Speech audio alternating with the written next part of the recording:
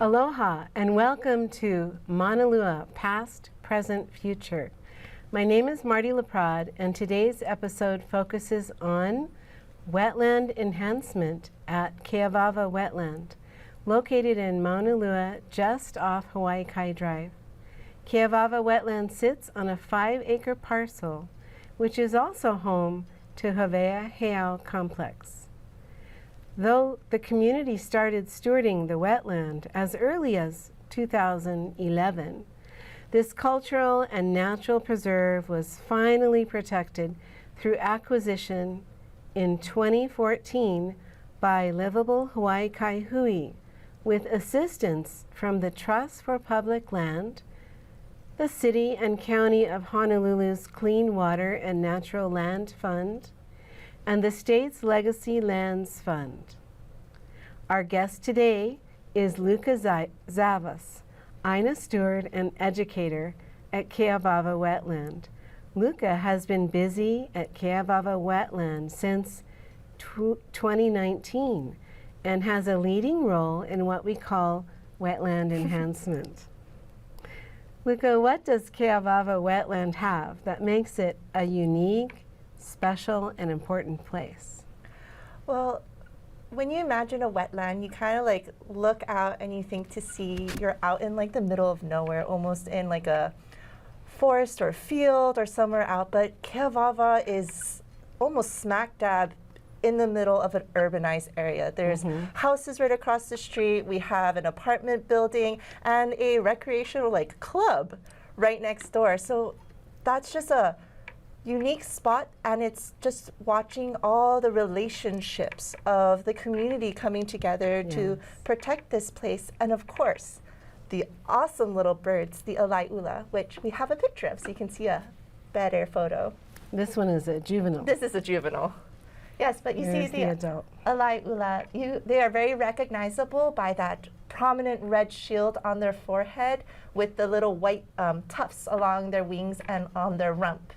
And they are wetland specialists that once they get to know you a little bit better, they like to come out and say hi, but most of the time they're hiding in the reeds.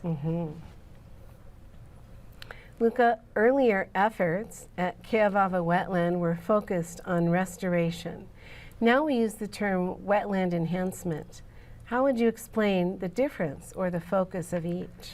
Yeah, so for restoration, I always imagine that a place is just kind of like overtaken, overgrown, that you can't really see what it was before. So you are taking out a lot of like, at Keawāwa, I know there's halekoa everywhere, and we had to do a lot of bulrush removal, but enhancement is taking that clean slate that we had, that new canvas, and bringing it back up to what it was before, and even more. Just making it so that it is healthy and productive, not only for those who live within it, but also the communities who are around and working alongside of it. So we're really in the next phase of restoring the habitat. Yes, so we, so there's a baby Alae'ula chicks right there. When I first got there, I think the next photo goes to the enhancement. It's like a overshot Google Earth photo of the wetland, but it used to be just bank to bank bulrush.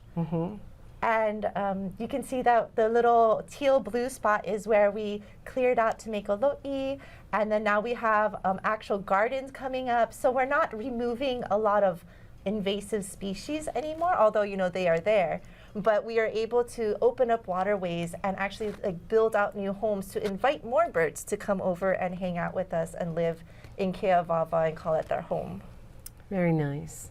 Was the test pilot project of planting kalo specifically for the Alae'ula a success? Do you plan to maintain kalo in the area exclusively for Alae'ula? So Yes, we created mounds. We went out into the front and we were able to clear out some bulrush and build up some mounds. And we were 100% planning on putting some kalo in. And then Io arrived. Wow. Yeah, so I guess they had Exciting. been flying over for a couple weeks as everything was going on. And they're like, oh, that's a great spot for me to lay an egg. So we haven't planted any kalo because that is now, you know, the IO's hatchery. But once they move on or are able to, like we are able to go back, we'll definitely be putting kalo in.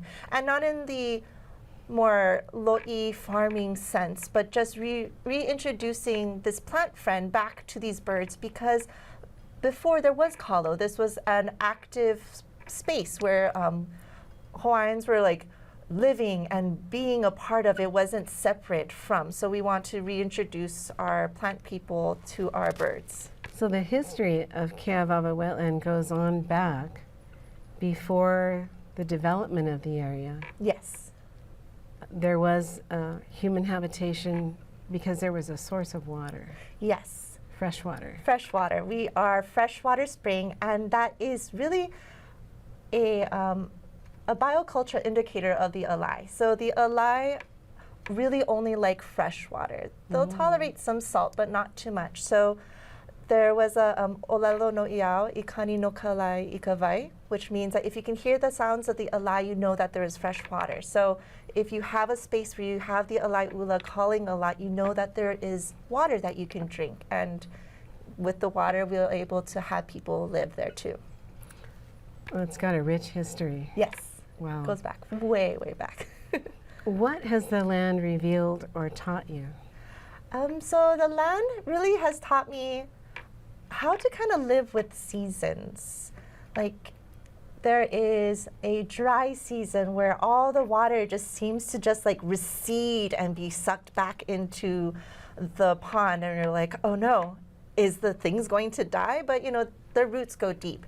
And then there's our baby season from like February to August. All of a sudden we have all these Alae'ula chicks and the IO chicks, and everybody is just having, you know, babies here and there. So we have to change what we're doing. And it was really amazing is that our regular volunteers, a week, 2 weeks before we even like saw a baby chick emerge from the rush, they'll be like, I think I hear something. I think we're about to have babies. How did they know? I think once you work with the place and you're there all the time, you just build that relationship where you can kind of tell when, oh, I don't see the same Alae doing their normal thing. Like our Alae don't like to wake up early, so they won't come out of the reeds until like 9:30 in the morning. Oh, and nice then life. they like to like eat along the grass or go up the hill. So when we start to notice that, oh, there's only 4 Alae, or there's only 3 Alae, or it's oddly quiet at that time. I think those are the cues that we've subconsciously just been taking in the whole time. So when there's that off, or, you know, we've gone through many baby seasons, so we now can identify when it's kind of becoming that baby season again. And about how long does it take to hatch chicks? How long do they sit on their eggs? About 28 days. 28? Yeah. It's a good long time. About how many eggs do they lay?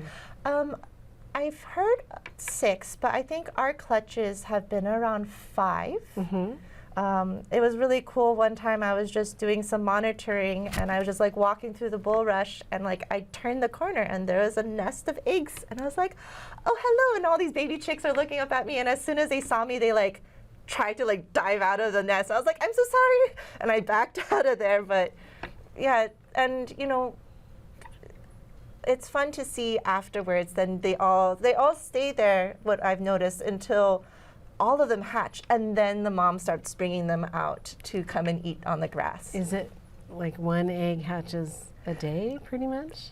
I'm not sure a day, but she doesn't lay, you know, 8 eggs all at once. It's like one after another, and then they hatch in that order.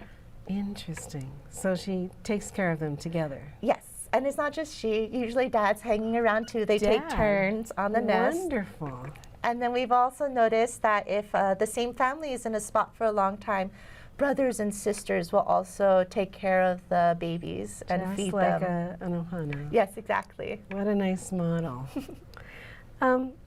So I think I might know the answer to this question, but what motivates you to work so hard?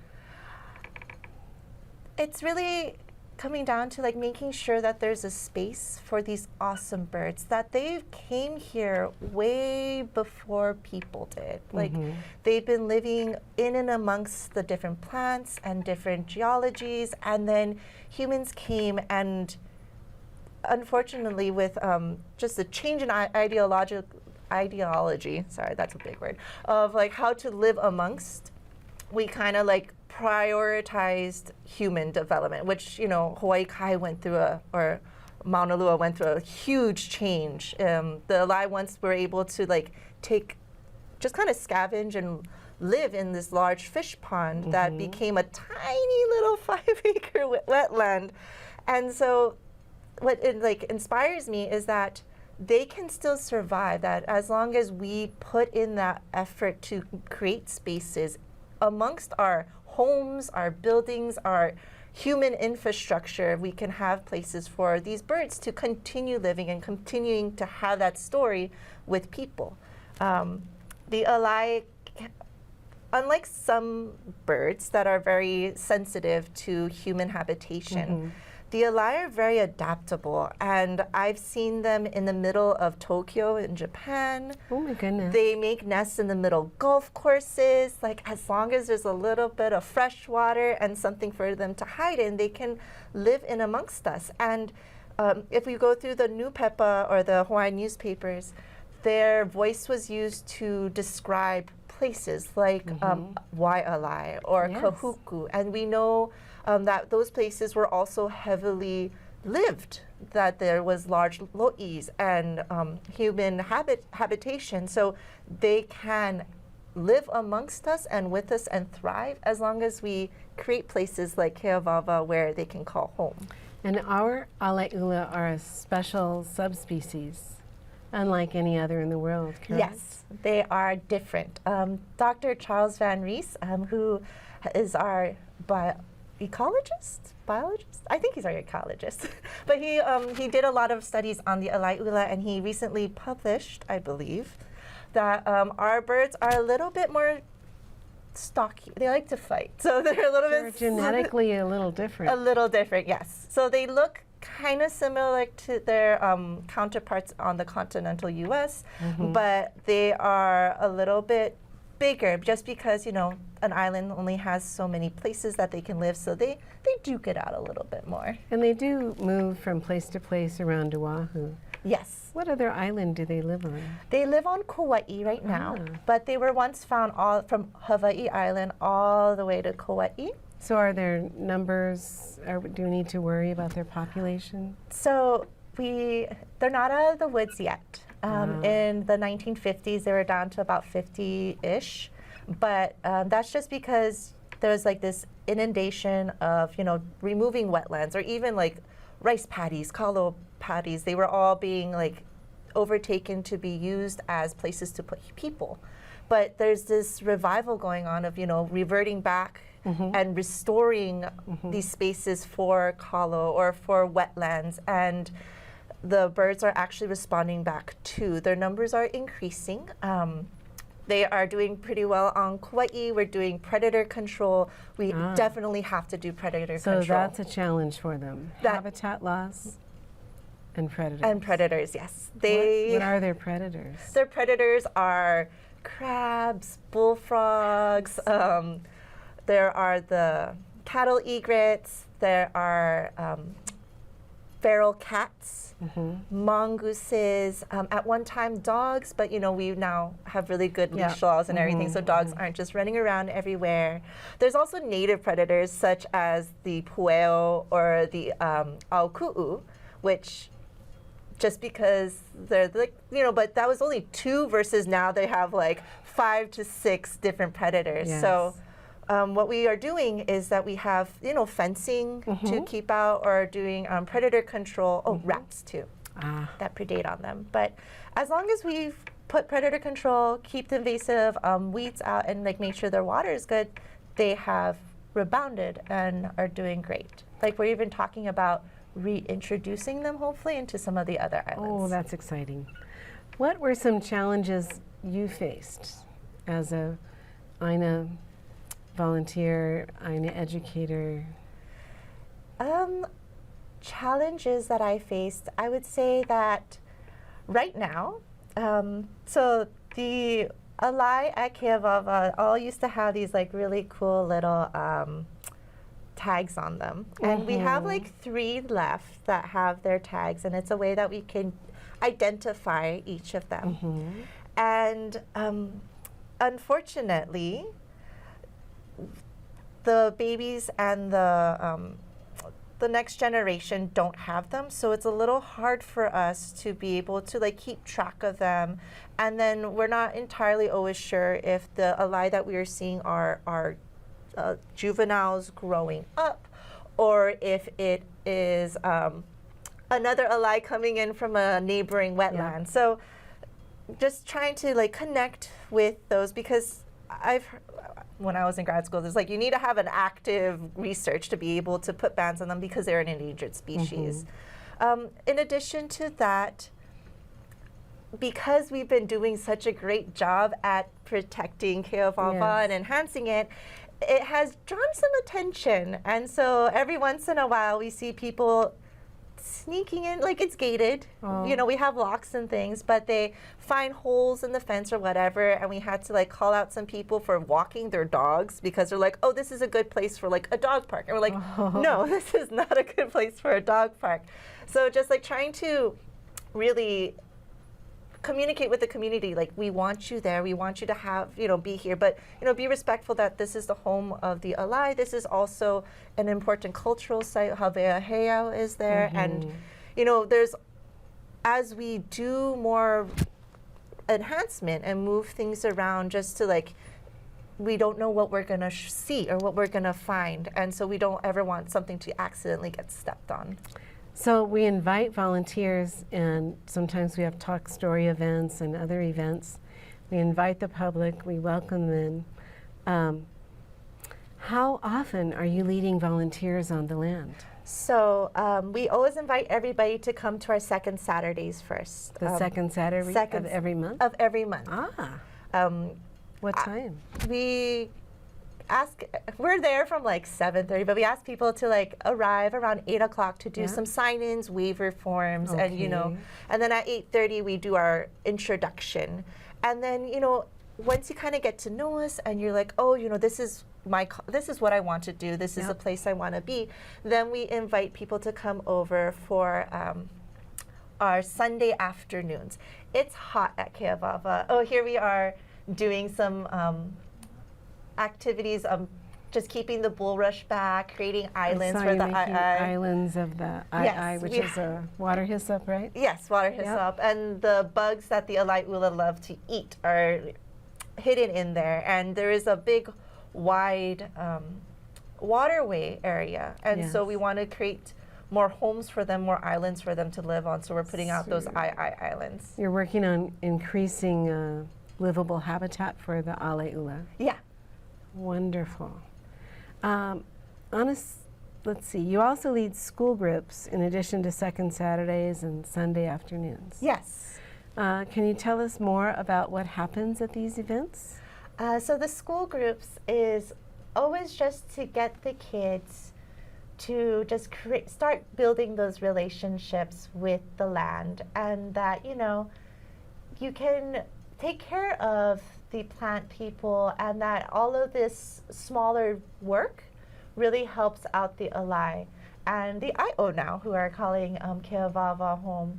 And we always start with, like, you know, the history of like how this place was protected, because it was your son, right?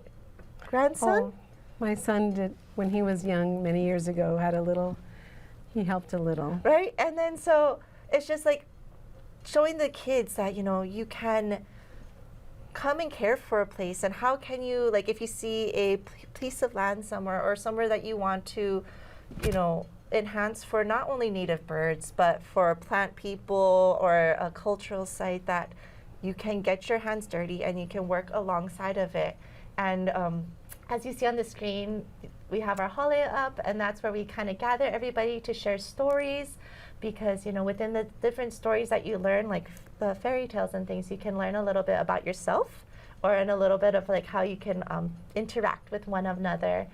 Now that area is nicely planted with natives. Yes. And in the previous photo, it was a while back when that school group picture was taken. Yes. The same area from looking down the hill, and I saw invasives in that photo. What a change. Right? Good job. The kids were able to pull out the big bushes and able to, help us create some space for our native plants. So mostly we have city students, city children, and young people all the way up through high school and college. Yes. And even the little ones have tasks they can do, and I've noticed they love being outside in nature. Yeah, we have a unique task for little kids being right next to a tennis court. We so far have pulled out close to 4,000 to 5,000 tennis balls. That's from years and years. Years and years of, and we watch the fly balls. There's no netting or anything, so it just kind of comes over. And so we always have these little buckets for the smaller kids to run around. But I bring my son, he's 8 years old, always to Keawāwa with me. And it started off with just having him explore. We live in an apartment building. We don't have a yard area, so this was a place that he could explore. And then he would tell me what he sees about the land, of like, oh, I see tadpoles, or oh, look at the Alae over there. Yeah, and just having his eyes. And then he gets so excited when we have school groups, because then he can work with them and teach them what he sees and inspire the same love for the land. Can you share some of your favorite memories from efforts at Keawāwa Wetland? So I shared one already when I happened to walk up on the baby chicks in the nest. Okay. The other one was the IO coming in. Yes. We were always talking and we see them fly over. I was like, just look down. We're here. Come land. And they came and land and then had a chick. Oh, there they are. There they are. We have 4 now. And there's 2 males, 2 females. So hopefully they stay around and they see how wonderful of a place that we are. And they're actually really cool. If there are other ducks or other waterfowl that they don't like, they will jump up and fly over, and then they'll kind of dive bomb with their long legs. They're protecting their habitat already. So, yeah, and so you see them scoping out where we built the mounds.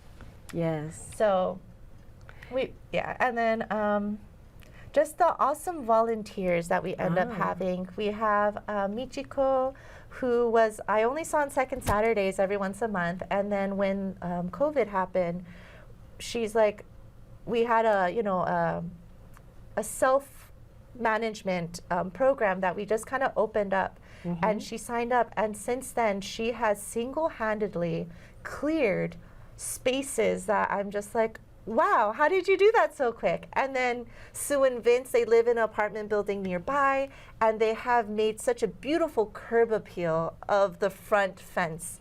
And just made it so that people can walk nicely. And then when they were walking by before, there was all this naupaka that you couldn't see into the wetland. So they trimmed that down so people can actually enjoy the wetland as they're walking through. And then they stop and talk to Sue, and Sue tells them about how they can volunteer. And it's just this community that has been slowly building of people that just really love the place and want to care for it. And they're like, yeah, this is my garden. This is my backyard. So if someone wants to volunteer at Keawāwa Wetland, what should they do and how do they sign up? So you will be emailing directors at LivableHawaiiKaiHui.com. Directors at hawaiikaihui.org. Thank you. Look on your screen. It'll be up on your screen. Yeah, it'll be on the screen. And we just ask that everybody, it's hot there. We try to end our volunteer days a little early just because there is really no shade. We're currently building back the keiki garden not keiki garden, keiki dry forest that Jolie has been doing. The new dryland forest. Yes. And right now, all the a'ali'i are about knee height, maybe hip height. but they are creating shade for the next trees to come in. And even though it's up on the hillside, I've seen the Alae walk themselves all the way up there to find some grubs. You know, even as wetland birds, I think they spend a lot of time outside of the water and just like walking along the grass like chickens. So seems like every time you improve an area, they show you that they love it. Yes. They even go into the holly. I've seen their footprints. Hanging out. Now, any hopes you have for the future of Keawāwa Wetland? Yeah, I hopes that we just have the IO like we've just 4 recently, but have more come. There was an Alae'ula, which is the bird that has the white shield. He's come, you know, I'm assuming he's a he, just because he's always on. But I'm hoping that he'll stay. He came over, hung around in like June, July, and then left. I heard he went over to Paiko nearby. Oh. But, you know, just being a place where they can be. I would love it that we have so much Alae'ula that they can't stay there anymore, that they have to move out and start going to other places nearby. Now, before we close, if you're interested in wetland educational material, such as these plushies and wetland handbook provided by Best Press, contact us via email shown on your screen. And before we close, Luka, were there some pivotal moments that in this wetland enhancement that you would like to share? Any last thoughts? Yeah, so before, like I was saying, it was just like bank-to-bank bull rush. And so in February of 2021, we had this wonderful crew come out with backhoes and start just digging trenches.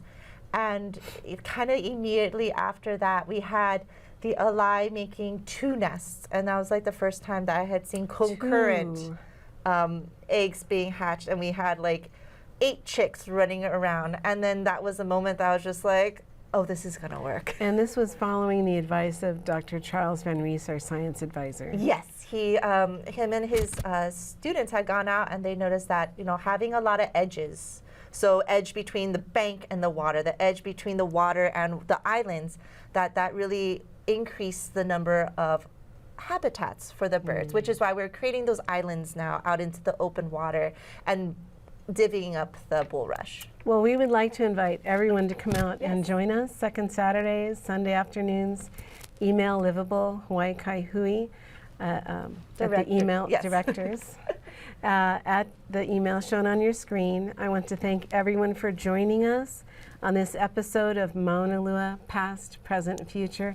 Thank you, Luka Zavas. Thank you so much, Mardi. Such an interesting episode. Yes. Thank you. Thank you.